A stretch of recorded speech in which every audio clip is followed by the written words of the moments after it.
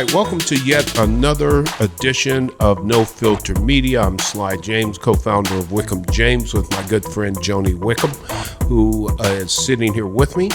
And we present to you conversations, discussions about various and sundry topics with no particular rhyme or reason. That's what we're talking about from time to time.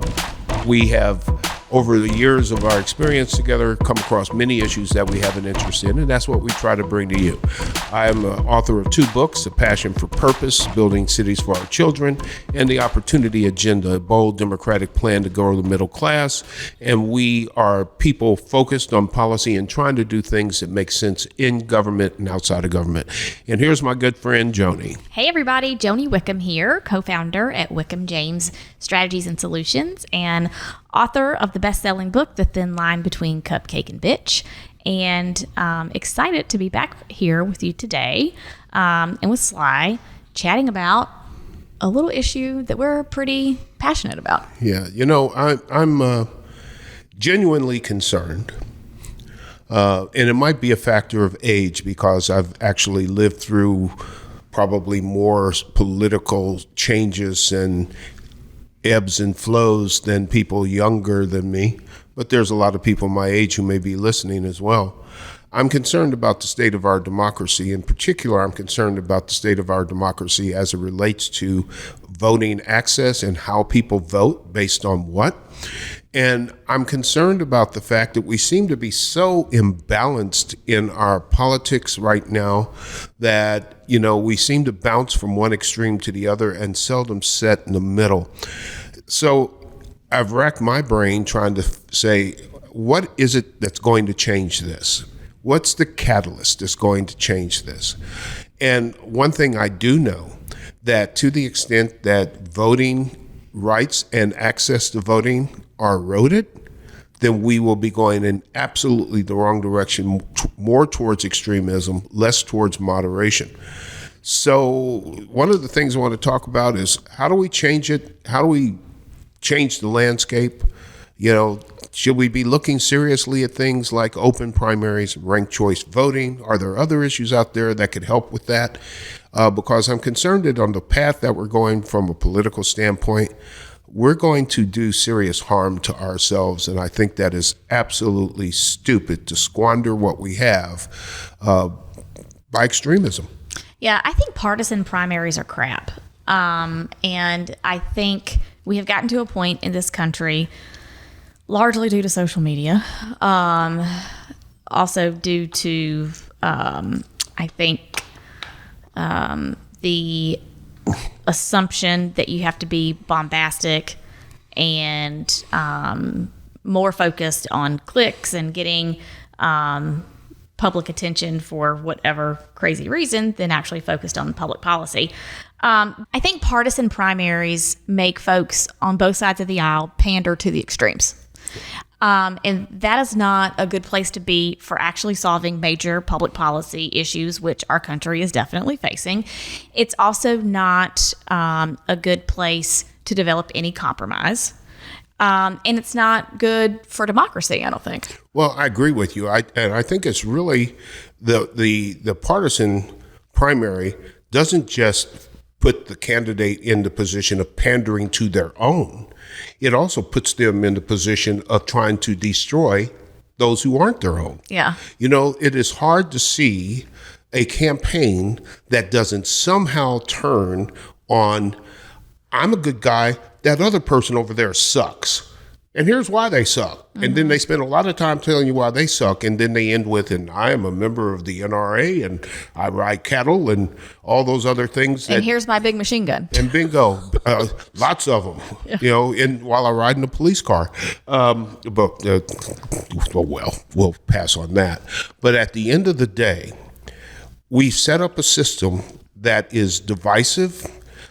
We don't talk about the things that are good. We talk about the things that divide people so that we can get all those who are on our side of the divide to vote for us, and all those who are not we villainize and say that they are somehow, I don't know what, but we certainly don't give them a whole lot of compliments, and we don't try hard to see compromise.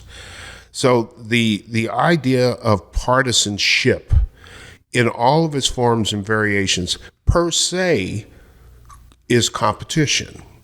And it's competition for votes, and it gets vicious. It kind of reminds me of what happens in soccer matches in Britain and Europe, where literally if your team loses, you may see a riot in the street. Yeah.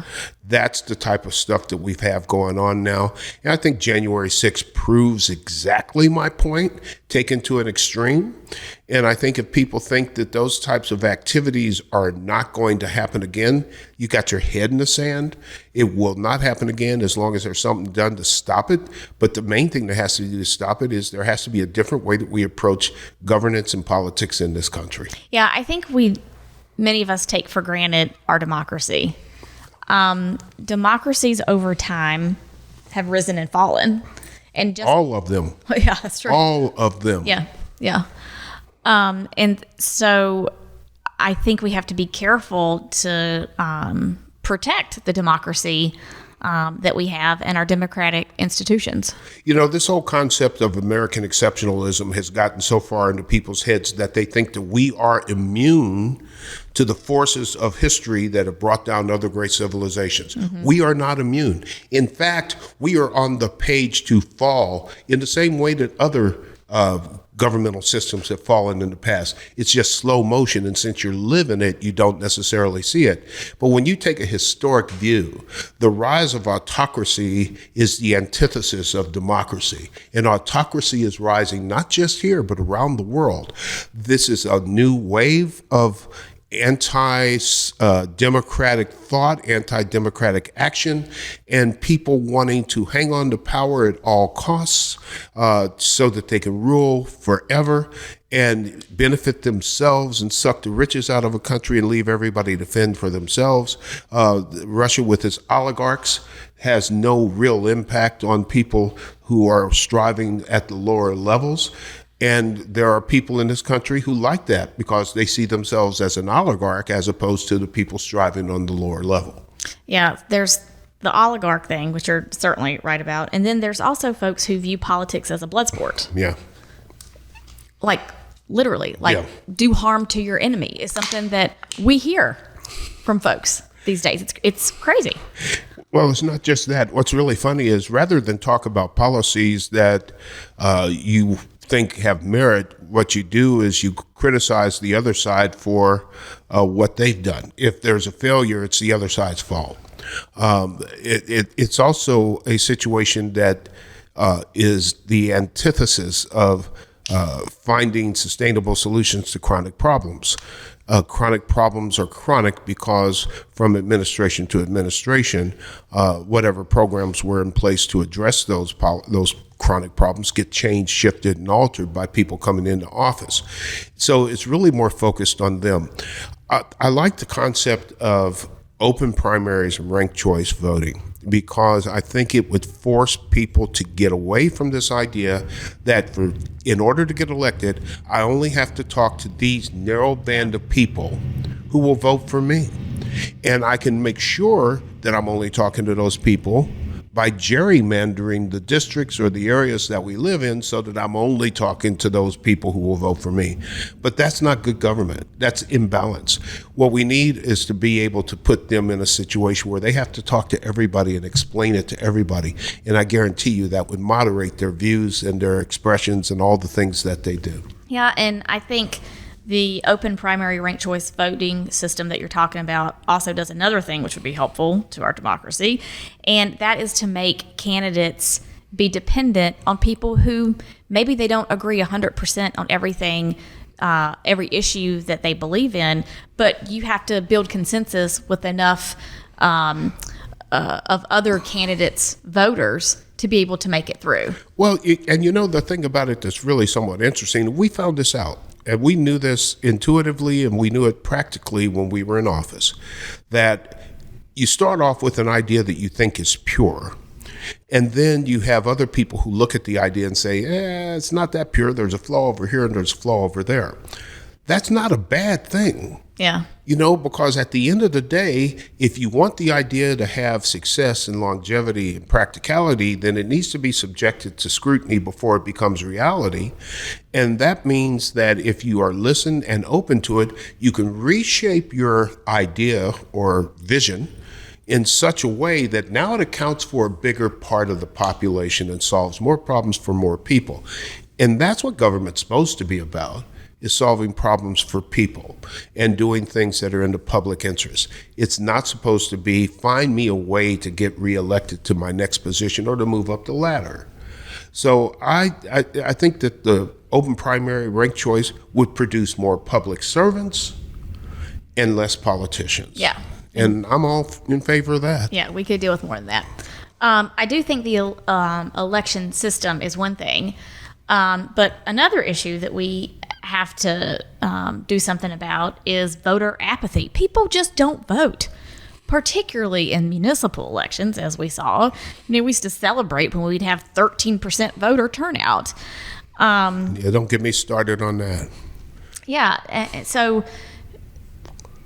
we've got to make sure that young people also understand that being engaged civically is more than being on Twitter and taking pictures with people. You actually have to register to vote, which is not easy in all states, Missouri included, and actually turn out to vote in every election. Well, I agree. It's not always that easy, but it's not brain surgery either. It takes a little time and effort. And if you really think that it's important, you'll put in that time and effort. The problem that I see is that we have gotten away from the idea. First of all, we have been unable to distinguish politicians from public servants, and therefore everybody's a politician, and most people don't like politicians, and therefore they don't think that their needs are going to be met by politicians. So why bother to vote? My life hasn't changed by voting for that person versus the other person. They all say they're going to do something that doesn't get done, so they've lost faith in government to some extent. But to some extent, it's their own fault. Mm-hmm. It's their own fault. You watch a commercial on TV and say, oh, I like the fact that guy's got an AR-15. He's out shooting up stuff. Doesn't mean he's worth a damn when it comes to public policy and governance. Doesn't even mean he knows how a bill becomes a law. Exactly right. It's absolutely crazy. But this is another one of those American exceptionalism things in my mind. We've told ourselves how great we are for some reason, that we kind of think things move on autopilot. And it's like anything else. By the time everybody realizes that we've missed the boat on being engaged in a meaningful way in our civic structure, our governance structure, it's too late. Mm-hmm. It's too late. And one of the first harbingers of that is, where do they teach civics in school anymore? Mm-hmm. I used to have to go to a civics class. I learned the difference between local government, county government, state government, and the federal government, what the houses were. I'd be willing to bet you if you walk down the street, the first 20 people you ask who was the vice president of the United States, you might get 7 or 8. I'd be willing to bet.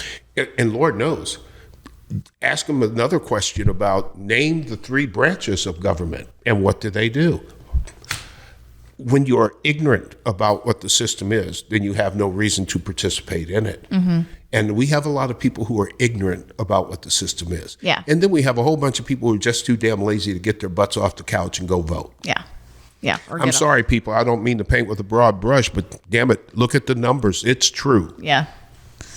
On your point about American exceptionalism, I can't get past the feelings that if you don't love everything about the country as it is today, you're not American. Because every country has things that they can do better. Every institution has tweaks that you make through it over time. Doesn't mean you don't love it. Doesn't mean that you're not patriotic. I don't know. I think it's dangerous to think that if you make any tweaks to any of our systems or institutions, you're not American enough. Well, I grew up in the era of the Vietnam War when it was America, love it or leave it if you were protesting the Vietnam War. And when I put on a uniform of the Marine Corps and I came back on leave, I'd be greeted on one hand by people who were super patriotic, wanted to buy me drinks, and by the other hand, on people who wanted to beat me and call me a baby killer. We should be able to have those discussions without going batshit crazy, okay? At the end of the day, this country has problems. Here's a perfect example. There are people who, A, don't know what critical race theory is, but they sure don't want it in these schools. So basically, we only want to tell the story that meets our own vision of what the United States is. We don't need to talk about slavery. We don't need to talk about how long it took for women to get the right to vote. We don't need to talk about the collection of money and what it's doing to the middle class. We don't need to talk about any of those things.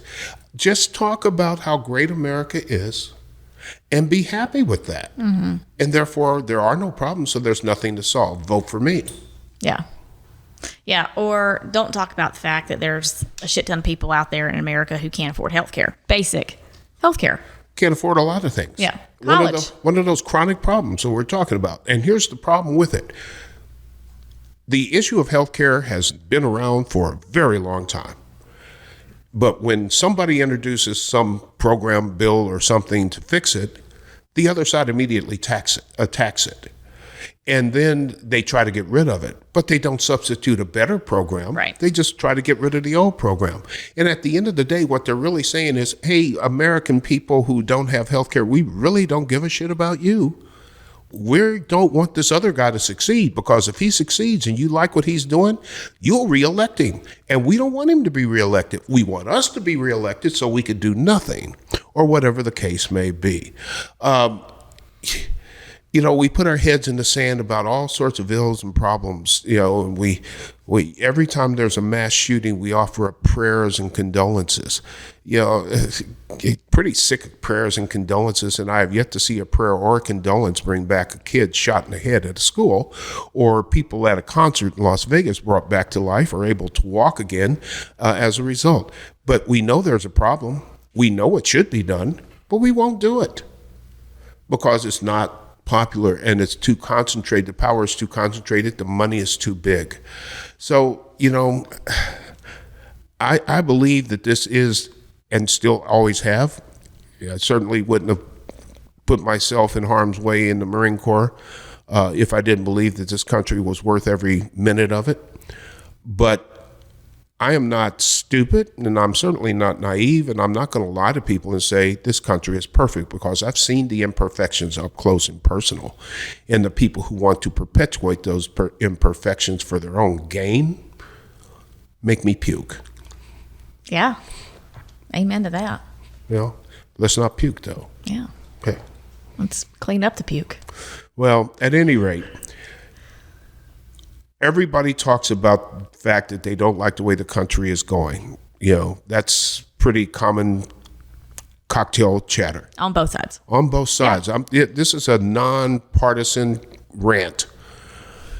There is no perfect party. There is no party with all the answers. All the answers lie in some sort of a collaboration between the parties, which is not going to happen. So you're forced to pick a side one way or the other. The only way these things get done is if the American people get off their asses and demand that we do something different that's going to have a material positive impact on their life. I'd like to see a United States, a universal American citizen satisfaction survey, just like we did in the city. I'd like to see what that looks like. I'd like to see that run for 2, 3, 4 years and see if the issues that bubble up to the top of that satisfaction survey remain the same. And then I'd like to see if government would use their head, look at the results of those citizen satisfaction surveys, and allocate governmental and personnel resources to those problems that the citizens of the country identify as the top 5 things on their list.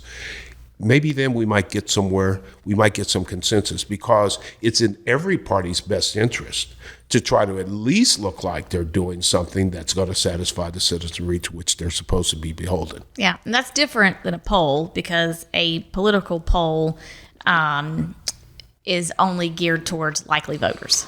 Yeah. And so what you're suggesting is just the average American. Yeah. Yeah. Shows up in your mail, on your inbox, and you take 20 minutes, half hour, and you sit down and say, yeah, infrastructure is really important to me. Transportation is really important to me. I'm not satisfied with health care. I'm not satisfied with childcare. I'm not satisfied with whatever. And gather that information, have it analyzed by people who know how to analyze data, and then let's make some decisions based on facts and data rather than politics. That would be a good thing. And it's something that is unassailable, because if you have the facts and the data to lead you to a certain point, and that means you can support the decisions that you made based on that facts and data without making it a political issue. And it should be something that either side should be able to rally around. Although you would think that the facts and data around gun violence and those types of things would lead to a conclusion too, but it hasn't. But on things that are less politically charged, I think it would make some difference. Yeah. And it would also allow citizens to hold their elected representatives, particularly on the state and federal level, more accountable, because right now they don't. Yeah, that's true. Well, and to our previous point, people don't necessarily pay attention either. Yeah. Yeah, and I understand that there's always a different hierarchy of needs depending on your personal circumstances. If you're trying to struggle to put food on the table, it's probably not going to be at the top of your list to engage in meaningful political discourse. You're too busy trying to survive. Mm-hmm. But that's one of the problems. We have too many people who are in the position of having to work hard or do things merely to survive. And on the other hand, we have so many people who just keep getting richer and richer and better with no threat to their survival whatsoever. And the two extremes are growing further and further apart. Yeah. We should take note of the history of France. When the two extremes grew so far apart, it was Viva la Revolution. Although I think that's Spanish, isn't it? Sounds French to me. Well, you don't know anything about French. What do I know? Yeah, but at any rate, if things get too bad down at the bottom, they're going to start to resent those at the top. And the resentment often, particularly in a country that has more guns than people, that resentment can turn violent in a heartbeat. We saw that on January 6th. I mean, it already has. It already has. Yeah. And it's going to happen more because we find more ways to divide ourselves and fewer ways to point out the commonalities between us. Yep. So, folks, let us know what you think. WickhamJames.com. Interested in hearing your thoughts on how we can actually find more commonalities between us and less polarization. And we'll see you next time. Amen. Thanks a lot for listening.